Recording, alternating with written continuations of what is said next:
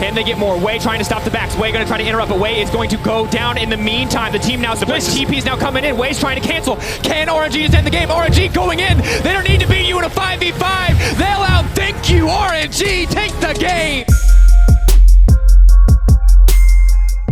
What's up, everyone? I'm Captain Flowers, and I'd like to welcome you back to the MSI Outplay by Play. Got a haircut for this one. I'm feeling like Thor in Ragnarok, so let's bring the thunder and see who brought the plays to MSI.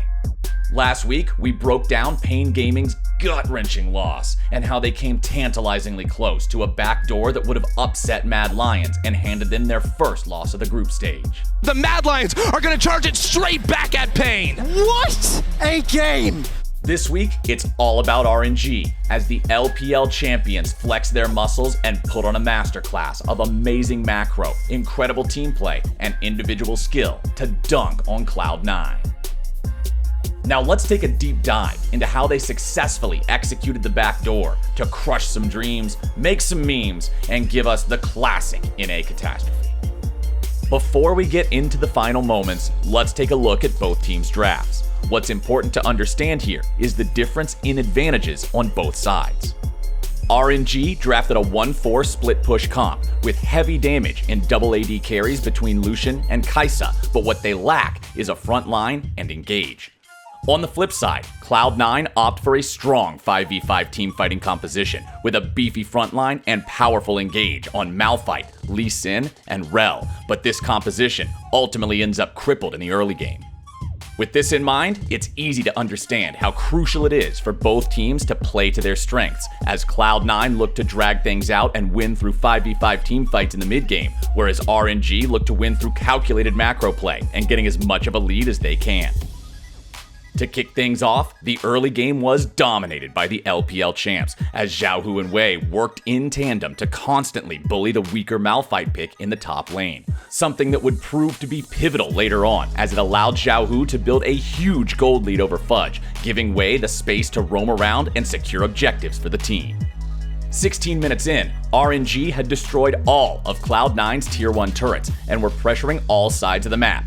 Oh yeah, there was also Xiaohu just absolutely styling on Blabber with the Gale Force culling after taking that mid turret. Yeah, I know. The damage from this Lucian is nuts. As time went on, the LPL champs stuck to their game plan and continued to snowball, securing kills onto both their carries left and right for a 6,000 gold lead. But come the mid game, Cloud9 began to claw back, utilizing their strong engaging team composition to turn the tides and punish RNG. This becomes especially evident when Cloud9 finds a favorable team fight in the bot side river, acing all of RNG and getting a juicy triple kill for Sven. That is pure confidence in the fight from C9. C9 aced him 5-0. Sven comes up huge. C9 have found their way back into this game. You can see the team fight comp coming into effect. Now this is where things really start to kick up. 27 minutes in, Baron respawns, and both teams look to set up vision around the objective. At this point, Cloud9 have closed the gap, and the lead that RNG were playing with is almost irrelevant due to the sheer nature of Cloud9's advantageous composition this late in the game with a 3-item Tristana. So if Cloud9 can secure Baron, it's most likely a losing scenario for the LPL team. A scenario they've become all too familiar with in the lead up to MSI, after playing out a very similar situation against Top Esports in the LPL playoffs. Oh, look at Crime, look at Lucian! They're going for the end! Onto the Nexus go! RNG trying to stop it! Xiaohu onto the Nexus! And Xiaohu ends the game! But RNG are smart enough to understand their win condition and begin to play with this in mind. Let's take a look at Xiaohu, who's doing exactly what he needs to, constantly putting pressure on Cloud9's bottom lane. As he shoves the bottom wave, he understands not to overextend and cautiously resets, waiting for C9 to push the wave back out, which ultimately forces their hand when it comes to setting up for objectives. At 29 minutes, Cloud9 begin to position themselves around the top side and go for Baron. But once again, look at Xiaohu, who has pushed the wave all the way to the inhibitor turret while this is going on.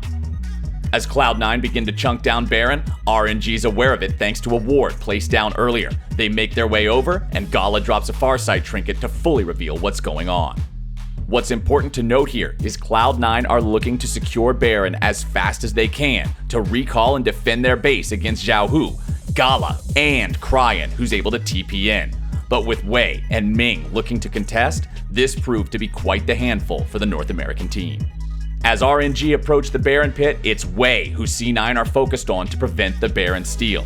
Perks places a ward over the wall and immediately safeguards towards it, kicking the RNG jungler away while Blabber follows up with a Dark Binding to stop him in his tracks.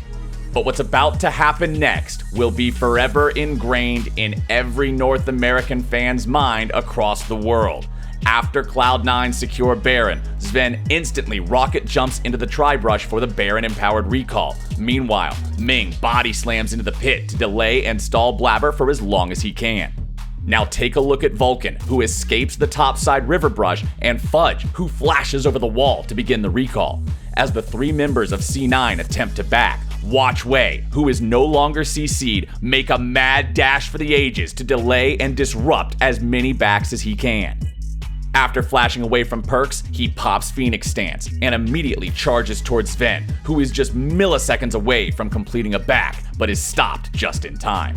When Sven gets his recall cancelled, he uses Explosive Charge and Buster Shot to push the RNG jungler into the river.